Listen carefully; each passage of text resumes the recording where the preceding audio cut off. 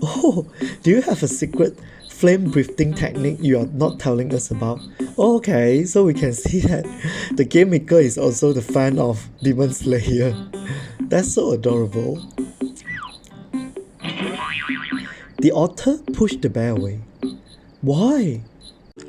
Hi guys, welcome to my channel. I'm Desmond. Today let's play a new furry visual novel from itch.io. The name of this visual novel is called Stranded. Let's get started. Where am I? I can't see. It's so dark. Where am I? Okay. It felt as if my mind was in a daze and I couldn't remember anything. While struggling to recall the faintest memories, I only felt more like a captive sifting through a vast darkness. My body refused to listen to me, as if it ceased to exist. I felt my intangible form being drawn deeper, sinking into a vast abyss which was devoid of light. Dot dot dot. What was I doing? Okay, thank God it's about time. This has been overdue for way too long. I'm finally having some time off all to myself. Wow, so am I going for vacation? I miss vacation. I can't wait to experience all the sights to see, all the lessons to learn, and all the food to eat. But most importantly, my time away from that shithole of a job. No boss, no work, no sleeping in the office. I'm gonna make sure I enjoy my time to the fullest on this vacation. I ramble for a while about the destination to myself, as passerby glancing a look at me occasionally, probably thinking I've already lost whatever few brain cells I had remaining since my last overnight stay in the office. Thinking about this vacation just makes me anxious. I feel like my stomach is filled with butterflies. I spend my time dazing, imagining about the vacation before I was brought back to reality by an announcement. The aeroplane I was supposed to be on is ready and will take off in 30 minutes. Time to move. While I was on the way to my terminal, I saw many couples that were going on vacation too. I couldn't help but feel jealous towards them, and slowly I began to feel lonely. Don't feel like that, okay? Especially before you are going for vacation. The walls of the terminal felt as if they were getting whiter and whiter as the people around me began to slowly drift away. My heart aches with the sense of lingering isolation and the longing to feel loved and cared for. I wish I had someone. I mumbled to myself. That's so sad. Don't think that before you go vacation, okay? Just find someone during your vacation. Slap. Ugh.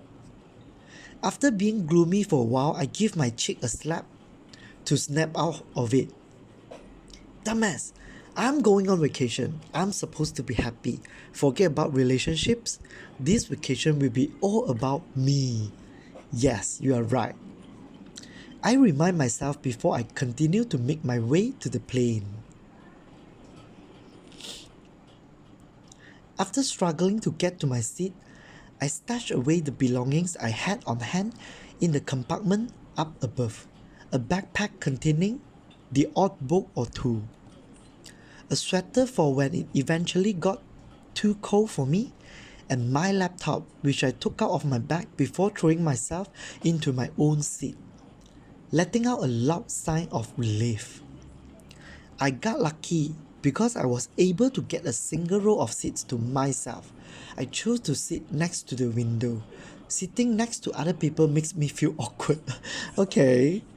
So so clearly I can know that I'm an introvert in this story. After about 15 to 20 minutes of waiting, the plane began to take off right after everyone had gone through the safety briefing done by the stewards and had their seatbelt fastened. I love to sit next to the window, even though the only thing you can see is the aqua blue sky, so close to the edge of the vast unknowns of space and the soft, pillowy, cotton candy looking white clouds. Probably because staring outside the window makes you feel lonely, but in a different way. You feel more isolated looking at this vast empty space. But it's the kind of alone where you feel at peace instead of longing to be loved. Yes, you are right. Oh, staring out in the clouds for a while made me fall asleep. It was mostly peaceful up until the plane began to wobble and shake, making me jump slightly and slowly blink awake. The plane was still shaking for a couple more seconds before it finally stopped. The feeling felt off-putting as if I had no control over my own body. Oh gosh, oh gosh. Above my head, the seatbelt sign lit up, glowing a soft milky white, indicating its passengers to put their seatbelts back on. I sat there confused, along with the other passengers around me looking equally as confused as me. Pilot, this is your captain speaking. We have a minor problem. Please remain seated and calm. Follow our stewardess safety instruction as we resolve this problem. I felt that stirring ache in my stomach again, as if my body were telling me things weren't going to be okay. Wow, he has a very good sixth sense. I could only pray for the best as I remained seated. Boom! Not even a minute passed before I heard a loud boom, followed by another harsh, turbulent shake, as if on cue. The right wing of the plane erupted into flames. I sat there watching in fear, as the flame snakes its way up to the main hull of the plane. I gripped my armrest in fear as oxygen's mask fell from the ceiling. I grabbed the mask quickly and placed over my face before trying to breathe normally. Oh my god, but I was struggling. My mind fogged with metaphorical smoke as my eyes welled with tears. What's going on? Why did things have to go wrong today? Why today of all other godforsaken fucking days? Oh, this doesn't look good. There was suddenly a loud screeching alarm. My mind fogged up more as the voice of the pilot began to fade into the background. My eyes vision felt like it was fading away as smoke began to fill the cabin of the plane. Looks like the fire got in, I said to myself, feeling my body becomes weightless as the plane began to rapidly descend. The cries and screams of the people around me, making me lose my mind. I could barely make out the silhouettes of people around me clinging to their loved ones. Fuck, I'm gonna die. I'm actually gonna die alone. I wasted my life. I don't wanna die as a fucking... sorry, I shouldn't laugh, okay, sorry. I don't wanna die as a fucking virgin. I'm not ready yet. I mumbled to myself through the oxygen mask, feeling tears dripping down on my cheek. I was crying. The sense of overwhelming fear made me not realize that I was crying.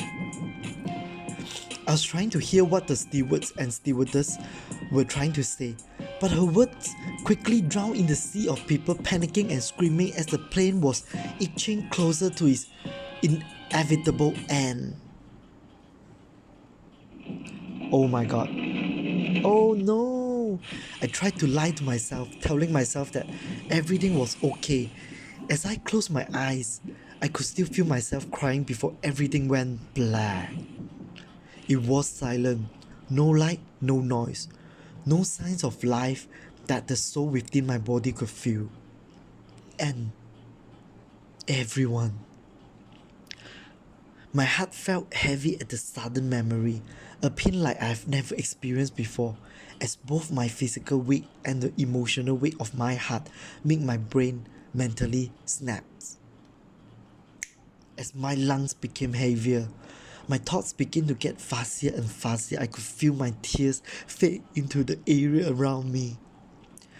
Even though I couldn't feel any pain in my body, the fear was already carved deep inside of me.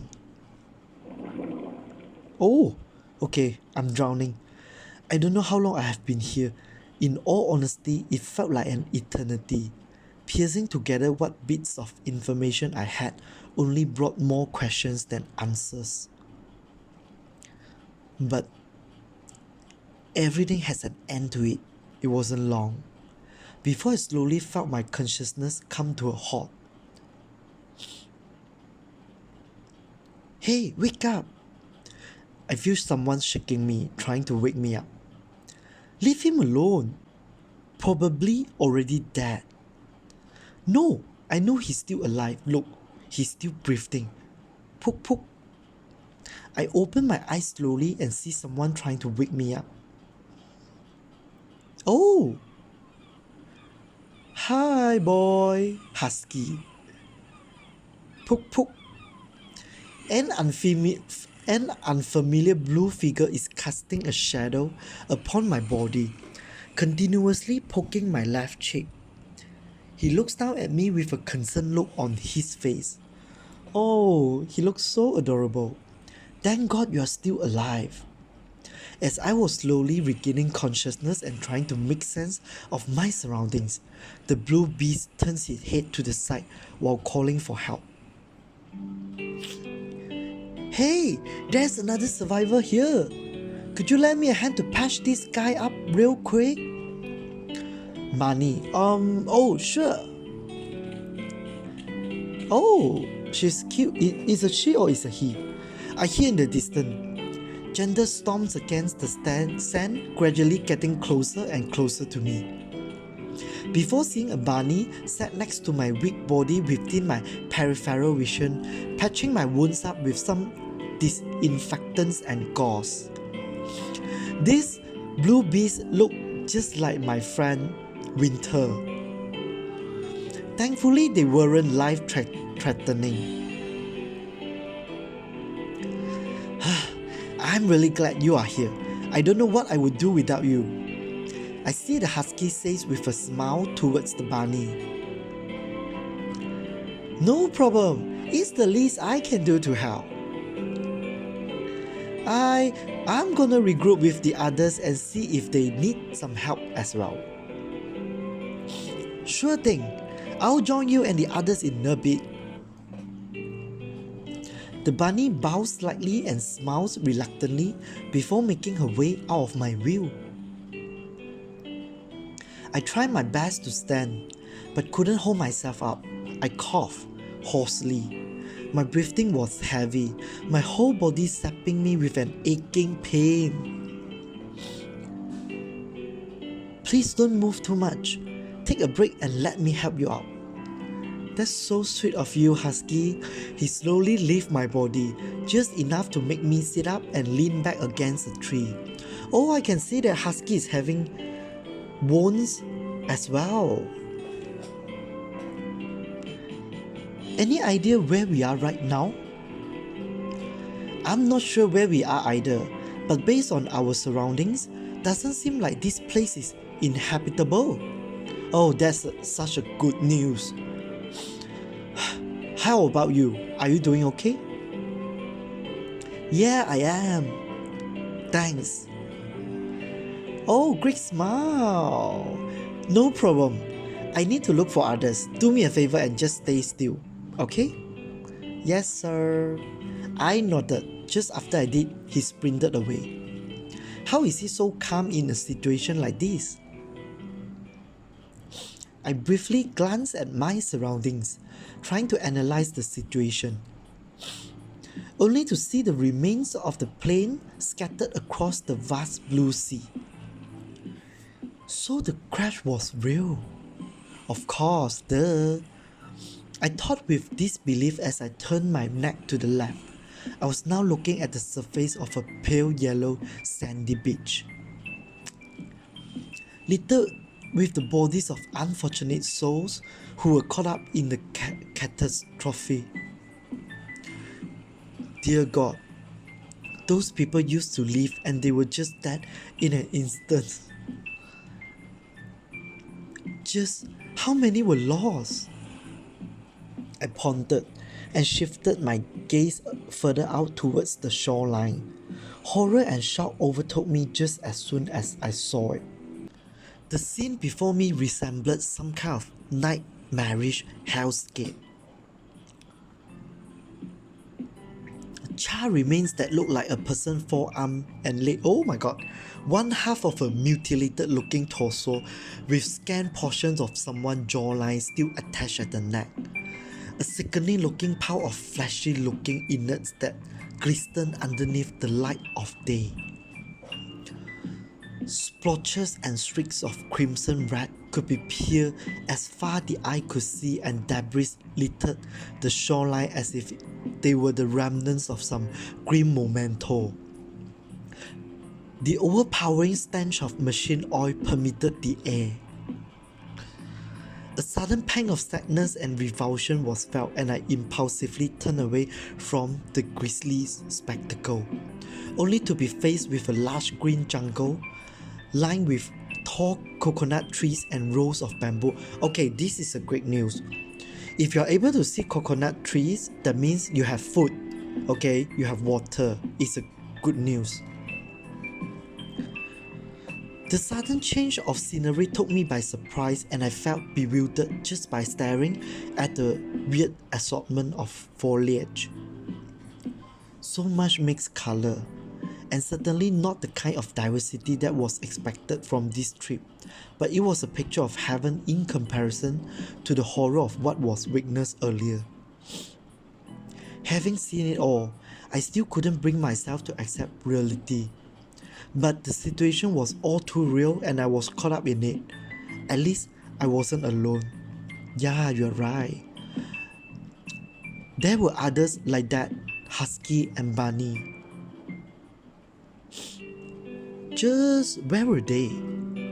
I asked myself, while frantically orienting myself towards the last known direction I saw the husky running off towards. If there was even a chance that others survived, then perhaps we could help each other out of this nightmare. Now to get myself up. With a deep breath, I hauled myself up and stood on wobbly knees, leaning against the tree like a crutch for support. Grabbing my right shoulder, I gave it a firm push outwards and felt a joint readjust itself with a resounding.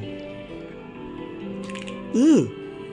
Will, it doesn't feel sprained or dislocated. But I think that is a bad sore I feel. Perhaps that bunny has some ointment for it. I thought to myself while eyeing the rest of my arm for any other abnormalities. Seeing that nothing else was amiss, my focus once again returned straight ahead, and I saw the person that helped me a few minutes ago. He was walking back towards me in a frantic fashion. I immediately felt a sense of guilt since he must have been running back and forth while I rested. It was clear that I had to speed my mind. Hey! What are you doing? I told you to stay still. You need to rest. Please. I'm fine. Just, I can't simply let you do all the work. You don't really need to though. You are badly hurt. I can find them myself. Like you are any better. I'm still gonna help. No matter how much you try to stop me. Please, being alone here is the last thing I want. Alright, fine, thanks. By the way, the name's Kim. How may I address you? Oh, my name. Okay, that's cool. Let me think. Winter? I think my name is Winter. I think my name suit husky well. Sorry about that. My name is Winter. Nice to meet you, Winter. I hope we'll get along well. He smiled wide from ear to ear, looking at Kim's expression. He was still remaining calm like an unmoving pond with no ripples or splashes. It was as if he knew this would have happened and was prepared for it. Curiosity flooded my mind. I can't help but wonder the reason for it. How can you be so calm in a situation like this? I can barely get myself together. I asked him as I still tried to steady my breathing. It was getting better, slowly but surely. Oh, don't get me wrong. I'm still worried about the situation that we are in right now. But the best thing to do now is to calm down and think about what we need to do to survive in this situation. Kim is so reliable. A calm mind is a clear mind. But you look like you have adapted to this immediately. It's a thing I taught myself, to be calm in any situation so that I know what to do next with a clear mind. Even for a situation like this? Well, I didn't expect this to happen anywhere within my lifetime either. So, how many survivors do we have so far? Not many, unfortunately. I'm sure you saw the damage. There are more casualties than we would want. Fucking hell. Oh, sad face. Unsure of what to say, I walked beside him in distraught. It wasn't long until we began approaching closer towards a group of people. They seemed to be discussing something. The other survivors are over there. We should join them. Perhaps we can plan a couple of things out. I nodded at Kim before walking with him to join the group. Oh, so many hot guys. We make our appearance to the small group consisting of different fur people. A polar bear. Oh, he's so adorable. He looks so huggable and he has eyes with different colors. That's very, very unique. A bunny, okay. An otter, oh, he looks very fierce. And a red fox. Seems like they were discussing something.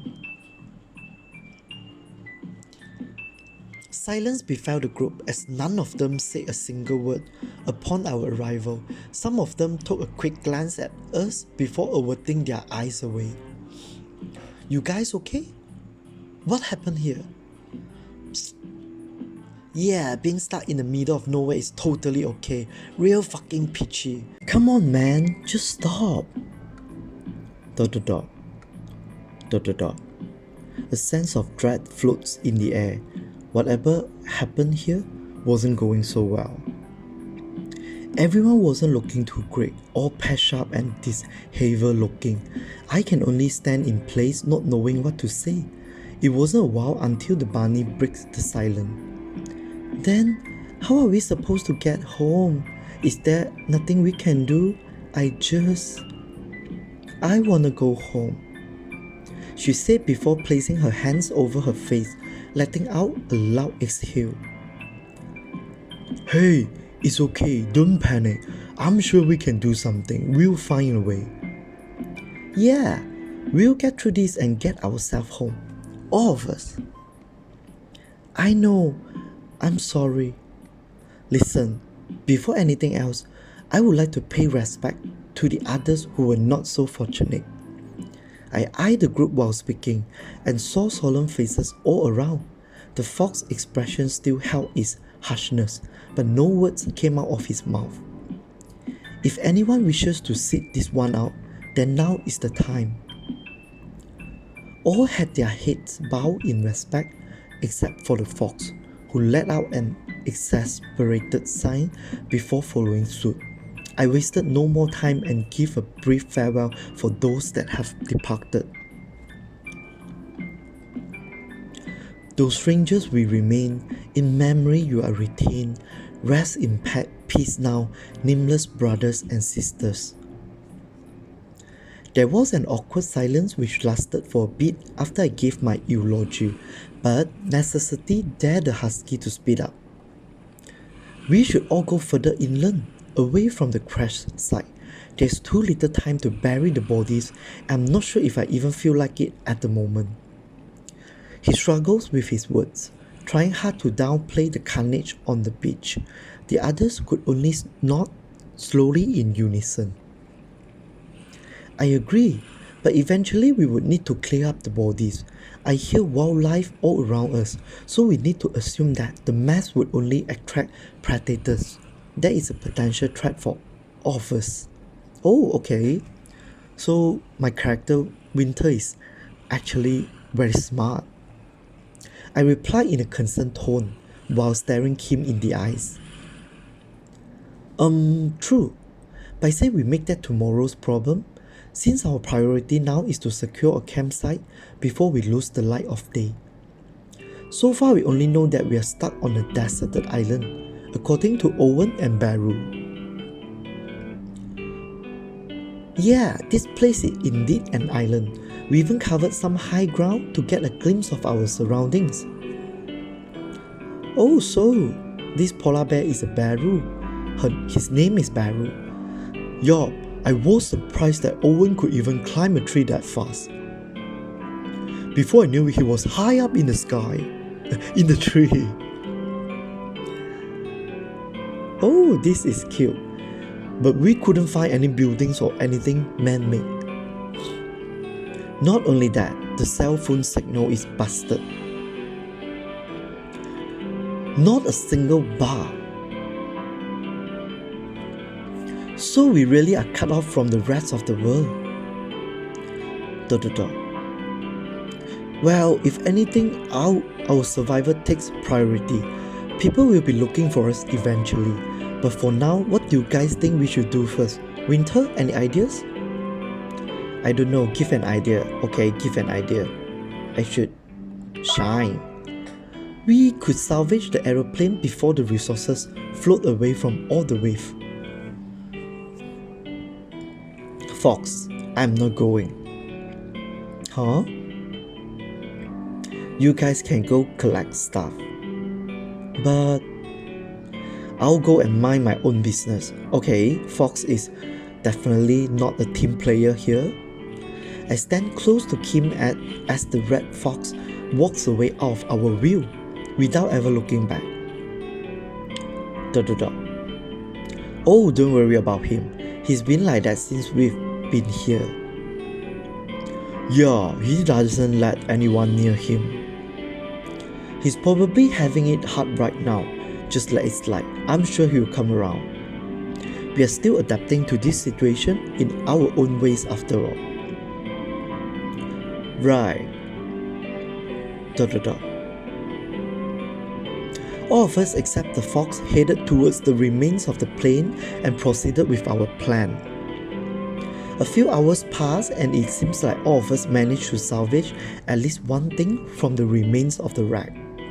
There wasn't much left to find, only a few cans of food, a few bottles of mineral water and a med kit. Oh, these things are all very important. The day passed by quickly as the sky turned a beautiful shade of amber just upon the horizon with a pinkish purple glow emanating from the remnants of the sun glow.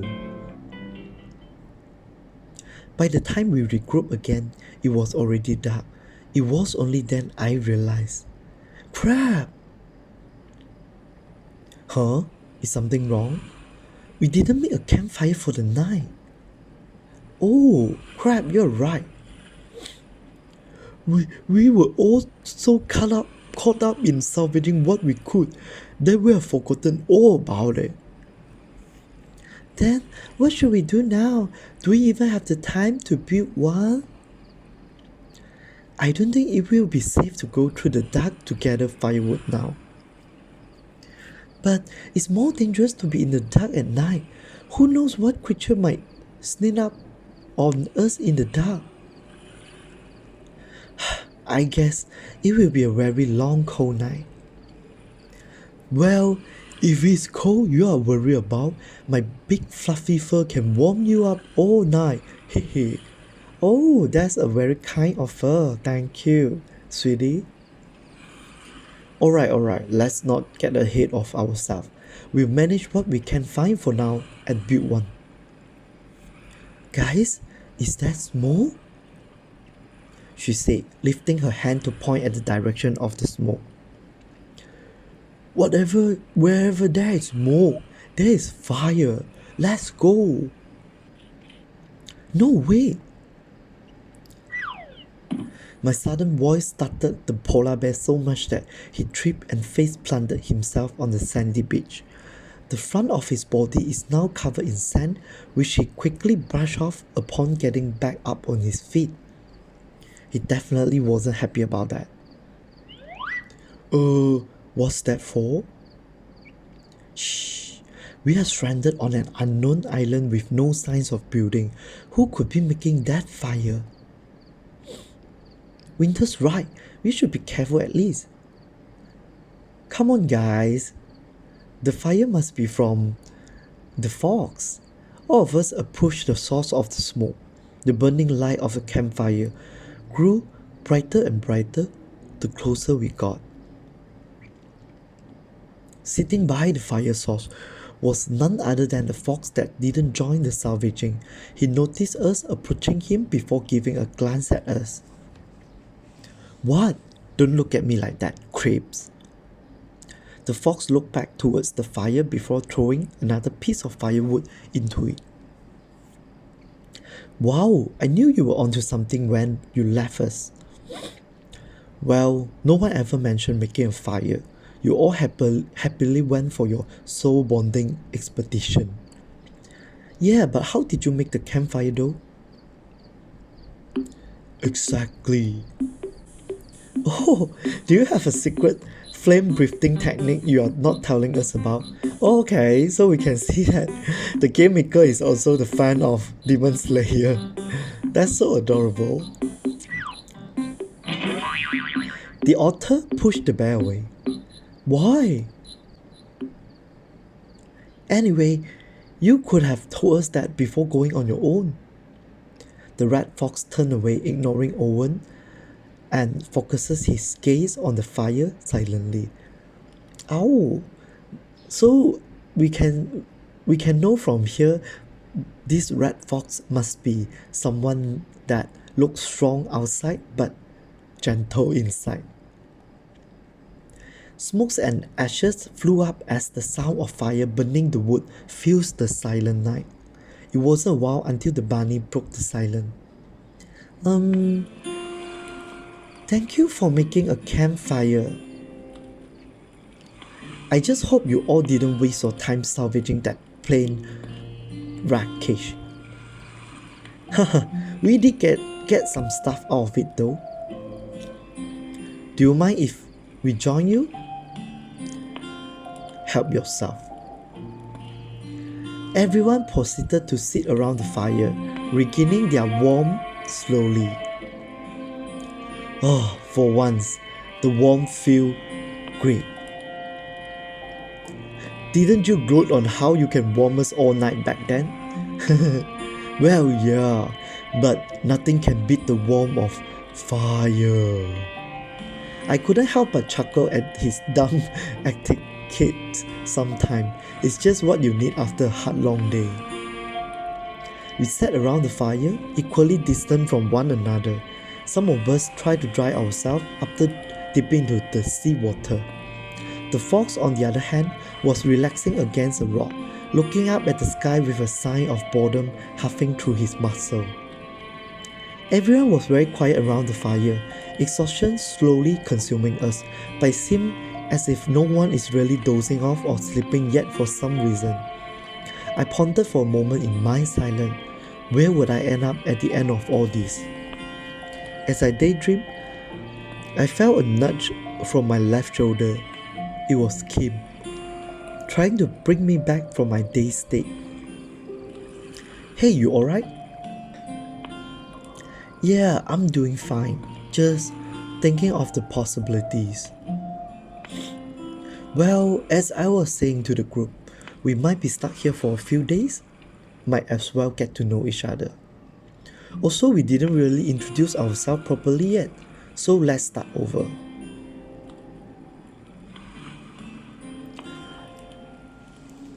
Okay guys, I think that's all for today. Before we proceed to their introduction of themselves, I think I will leave it to next part.